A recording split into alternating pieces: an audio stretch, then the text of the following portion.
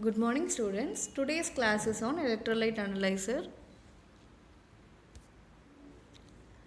The electrolytes that we commonly measure in labs are sodium, potassium and chloride.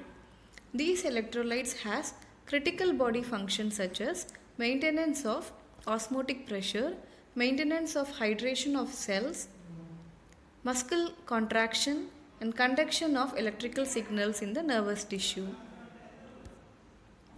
These electrolytes are routinely measured in the biochemical laboratories by an electrolyte analyzer.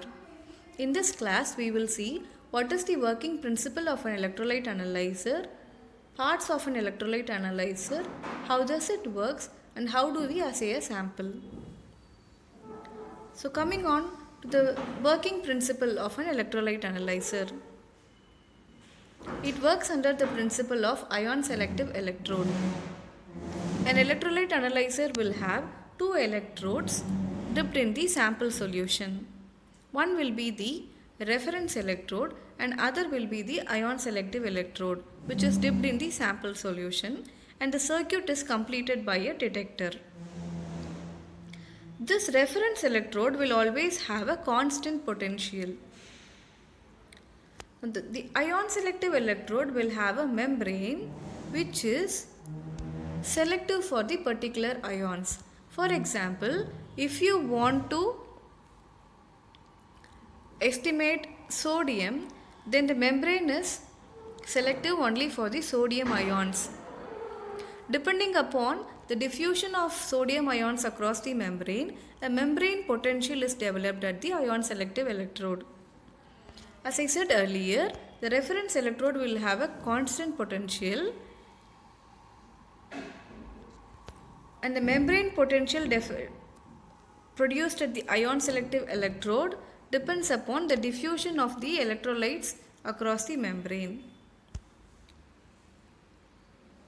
The potential of the ion selective electrode is measured against the potential of the reference electrode. The potential difference between the two electrodes is measured by the detector. Now this potential difference is directly proportional to the activity of ions in the sample solution, which is the concentration of electrolytes in the given sample.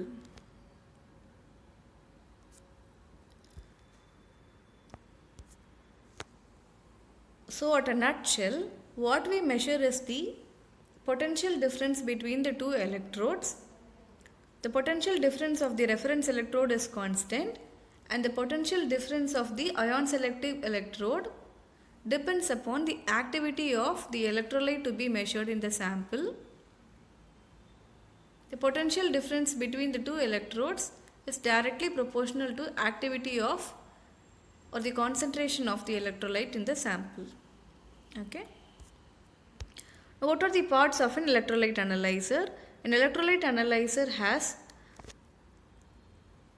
three zones: a reagent zone, a sampling zone and an analyzing zone. So the reagent zone will have a reagent pack and the sampling zone will have a sample probe which will aspirate the sample, and the analyzing zone will have the electrodes. What are the electrodes? This reference electrode and the sensor electrode. The sensor electrode will be sodium electrode, potassium electrode and chloride electrode, and you also have a reference electrode. And apart from this, the analyzing zone will have the peristaltic tubes and pump.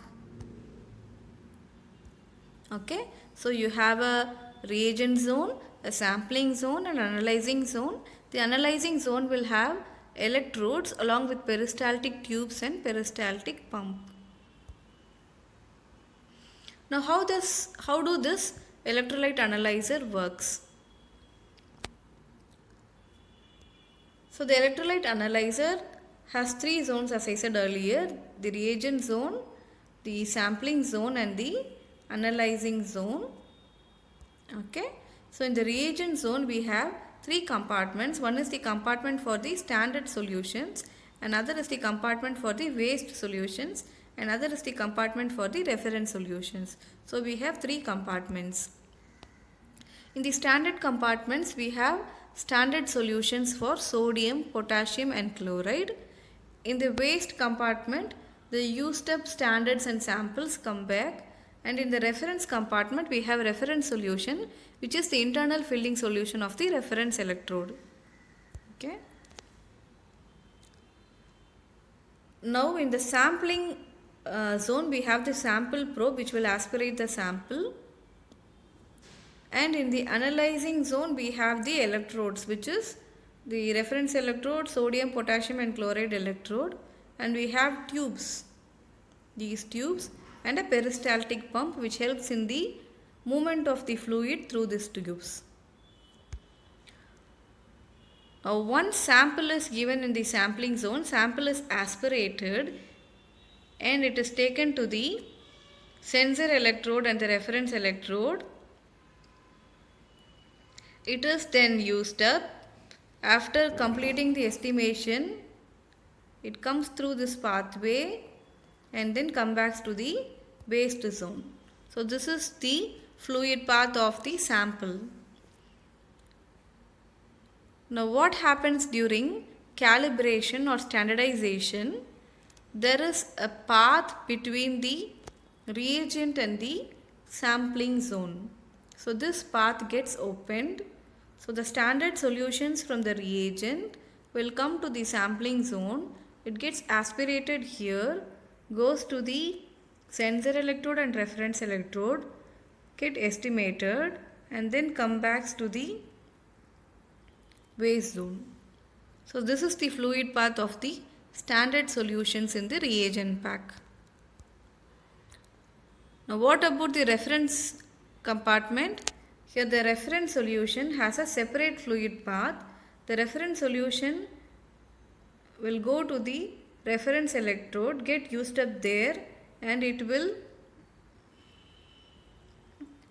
come back to the reference compartment itself.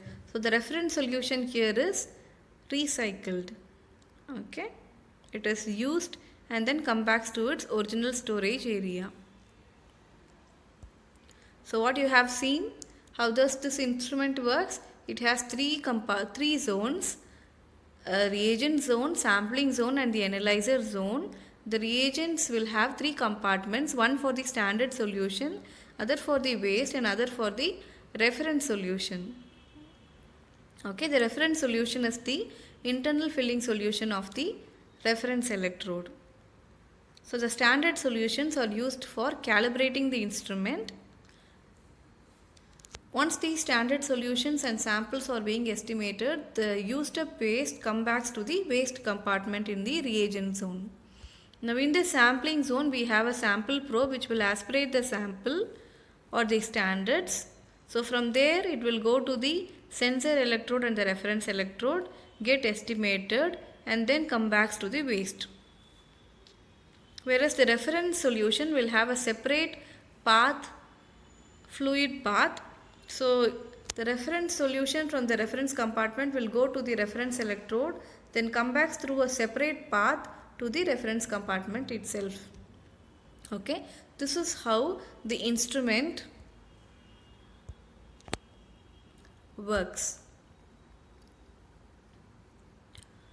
Now what is the use of this standard solution? So these standard solutions in the reagent pack is used to standardize or calibrate the instrument. So the instrument will go in for auto calibration for every 8 hours.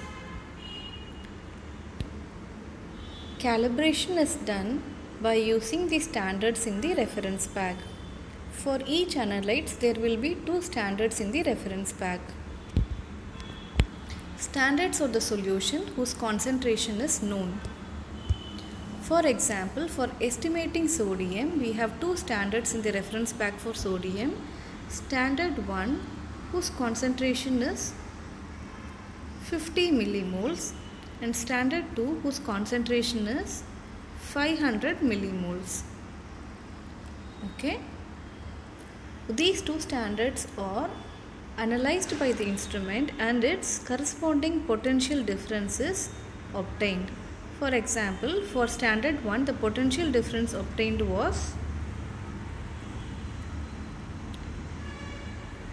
5 millivolt, and for the standard 2, the potential difference obtained was 50 millivolt. Okay, so now you have know the concentration and the potential difference. So during calibration, a graph is drawn between the concentration and potential difference. You have two standards, so 2 points are plotted in the graph.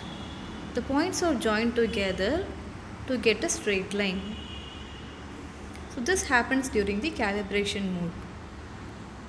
When we assay a sample, when sample is introduced, the sample is analyzed and its potential difference is estimated by the instrument. By knowing the potential difference, its corresponding concentration is obtained from this graph, and that concentration is displayed as the result. Now, how the quality of the instrument is checked? This is by giving a known value sample or a quality control sample. The obtained value is compared with the actual value of the sample. What are the common causes that causes error in reports or failure of calibration? It is the reagent exhaustion, electrode failure, and blocks or deposits in the tubes of the instrument. For reagent exhaustion and electrode failure, reagents and electrodes has to be replaced. For removing the blocks and deposits in the tubes, we should use a cleaning solution. This cleaning solution is provided by the manufacturer. The cleaning solution has to be introduced into the instrument every day so that it removes the blocks and the deposits in the tubes. Now, precaution: avoid using hemolyzed samples for estimating electrolytes. It is because hemolyzed samples will show high potassium values. So the take-home message for electrolyte analyzer is: electrolyte analyzer is used in our laboratory to estimate analytes such as sodium, potassium and chloride. It works under the principle of ion selective electrode. It has two electrodes, a sensor electrode and a reference electrode. The potential difference between the electrodes is directly proportional to the concentration of electrolytes in the sample. So the instrument has three zones: reagent zone, sampling zone and the analyzing zone. The reagent zone will have the reagent pack. It contains standards for calibration and compartment for collecting the used up waste, and a reference compartment for storing the internal filling solution of the reference electrode. So the sample gets assayed and the results are displayed. Thank you.